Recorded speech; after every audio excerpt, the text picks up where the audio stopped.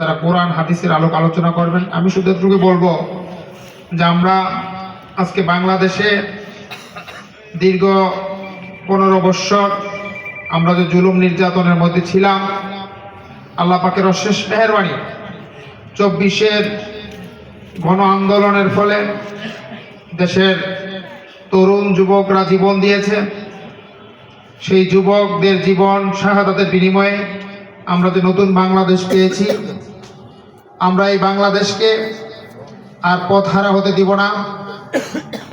এদেশে আলেম ওলামার দেশ, এদেশে অসংখ্য আলেম ওলামা, এদেশের আমরা 90% লোক মুসলমান। সুতরাং এই দেশের আইন চলবে, সংসদ চলবে কোরআন দিয়ে। এদেশে মানুষের উপর যে জুলুম, অন্যায়, দুর্নীতি, এগুলো যদি বন্ধ হয় তাহলে আমাদের বাংলাদেশ বিশ্বের দরবারে মাথা উঁচু করে দাঁড়াতে বেশি সময় লাগবে না।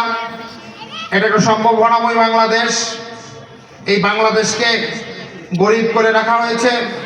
আমরা 71-এ স্বাধীনতা অর্জন করেছি, 69-এ গণঅভ্যুত্থান, 52-র ভাষা আন্দোলন, তারই ধারাবাহিকতা 71-এর যে আমাদের সংগ্রাম, সেই সংগ্রাম আমরা স্বাধীনতা হয়েছি। আমরা স্বাধীনভাবে কথা বলা, দেশকে সামনের দিকে এগিয়ে নিয়ে যাওয়া, এ ছিল আমাদের স্বাধীনতার মূল মন্ত্র। কিন্তু আমরা দীর্ঘ 53 বছরে আমরা যা পেয়েছি শুধু জুলুম, নির্যাতন, দুর্নীতি, চাঁদাবাজি, সন্ত্রাস। আমরা এই নতুন বাংলাদেশে এই দুর্নীতি, চাঁদাবাজ, সন্ত্রাস আর আমরা হতে দিতে চাই না। আপনারা কি রাজি আছেন? ইনশাআল্লাহ। আমরা এমন একটি সুন্দর বাংলাদেশ চাই যে এই বাংলাদেশের মানুষ নির্ভয়ে কথা বলবে, অন্যায়ের প্রতিবাদ করবে। মানুষ যদি অন্যায় করে, মানুষ যদি খারাপ কাজ করে, তাহলে আমরা সমাজের প্রত্যেকটি লোক যার জায়গা থেকে আমরা সেটার প্রতিবাদ করব। আমরা স্বৈরাচারের হাত থেকে দেশ স্বাধীন করেছি। আমরা নতুন কোন স্বৈরাচার, নতুন কোন ফ্যাসিস্টের হাতে এই দেশকে দেওয়ার জন্য নয়। সুতরাং আগামীর বাংলাদেশ হবে ইসলামের বাংলাদেশ, আগামীর বাংলাদেশ হবে কোরআনের বাংলাদেশ। এই বাংলাদেশে আলেম ওলামারা যারা রয়েছেন তারা আমাদেরকে নেতৃত্ব দিবেন।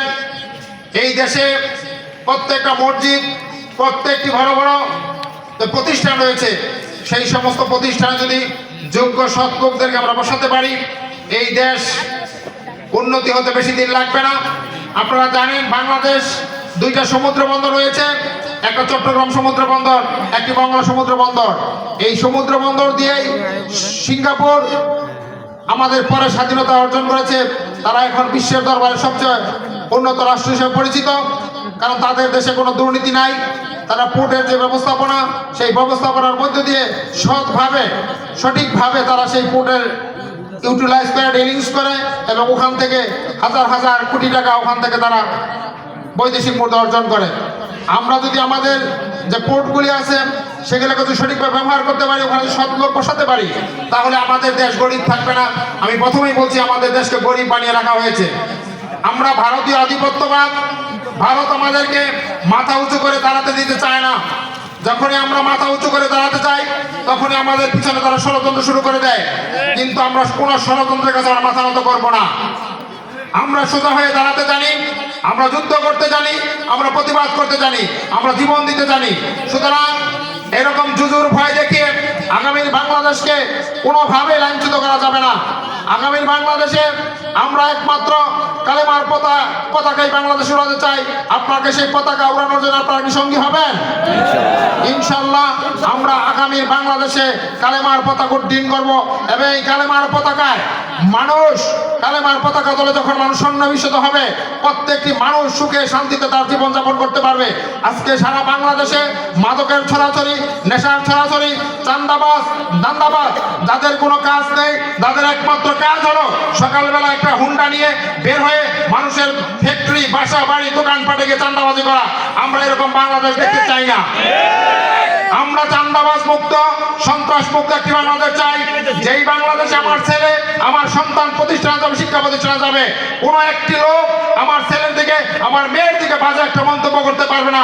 এরকম একটি বাংলাদেশ আমরা চাই। আমরা আমাদের সন্তানদেরকে শিক্ষা প্রতিষ্ঠানে দিয়ে আমরা শান্তিতে ঘুমাতে চাই, আমরা শান্তির মধ্যে থাকতে চাই না।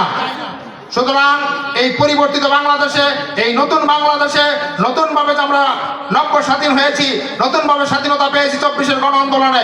এই স্বাধীনতাকে কোনোভাবে আমরা পিঠে যেতে দিতে পারি না।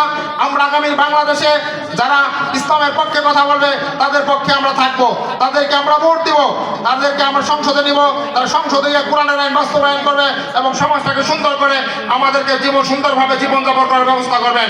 আমি সবাইকে আজকের ওয়াজ মাহফিলে যে সমস্ত আলেম ওলামা এসেছে আমি তাদেরকে ধন্যবাদ জানাচ্ছি।